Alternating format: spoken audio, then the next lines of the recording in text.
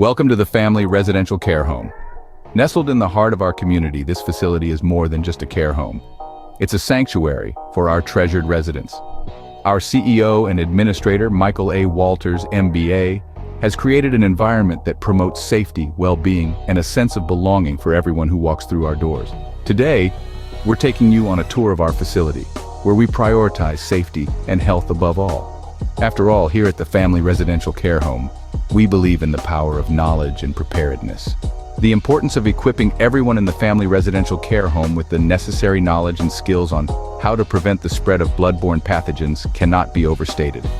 This training, championed by our CEO and administrator Michael A. Walters, MBA, is not only crucial for our staff's safety, also for the well-being of our beloved residents. By the end of this video, you will have comprehensive understanding of bloodborne pathogens, how they spread, and the preventive measures you can take to protect yourself and others. So, let's dive in and learn about the importance of bloodborne pathogen training. Have you ever dwelled on why preventing the spread of bloodborne pathogens plays such a vital role in healthcare? For starters, awareness and execution of necessary precautions can dramatically minimize the risk of infection.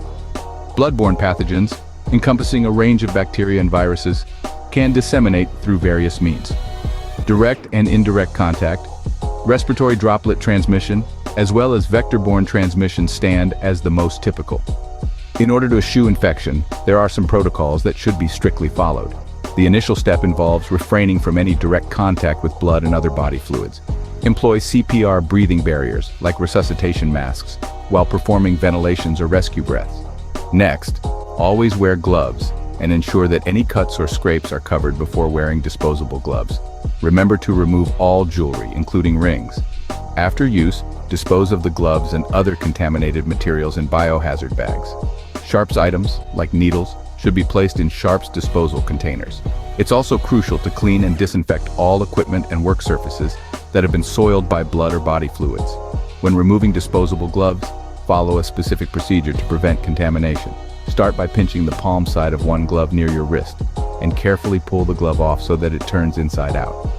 Then, holding the removed glove in your gloved hand, slip 2 fingers under the glove at the wrist of the remaining gloved hand. Pull this glove off until it comes off inside out, with the first glove ending up inside it. Dispose of the gloves in a biohazard container and wash your hands thoroughly. Understanding these guidelines and applying them in daily practice can help prevent the spread of bloodborne pathogens. However, it's equally important to treat all body fluids as potentially infectious and to avoid any direct skin contact with them.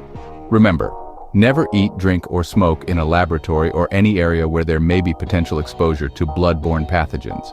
In case of accidental exposure, like having blood or potentially infectious materials splashed into your eye, flush your eye with clean, running water for 10 minutes. And remember, needles should never be recapped. A solution of 1/4 cup of household bleach to 1 gallon of water, left on surfaces, tools, and equipment for 10 minutes can effectively decontaminate most items. In conclusion, bloodborne pathogen training is not just about understanding the risks, but also about implementing the necessary precautions to ensure safety. Always remember, safety first. We've talked a lot about bloodborne pathogens, their risks, and how to prevent them. Now it's time to put your knowledge to the test.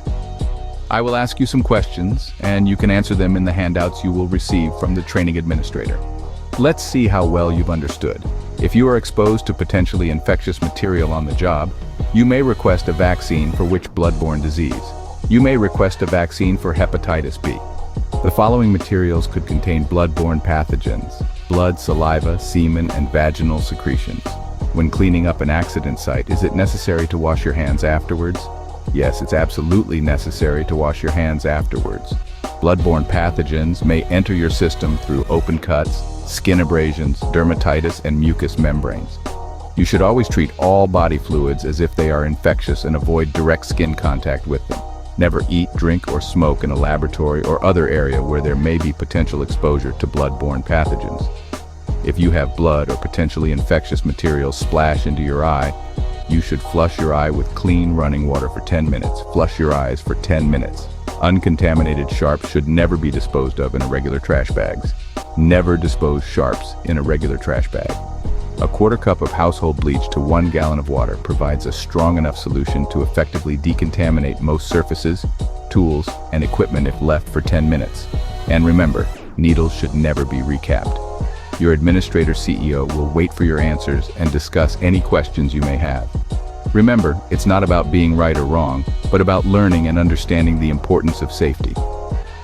Thanks for all you do at the Family Residential Care Home, TFRCH.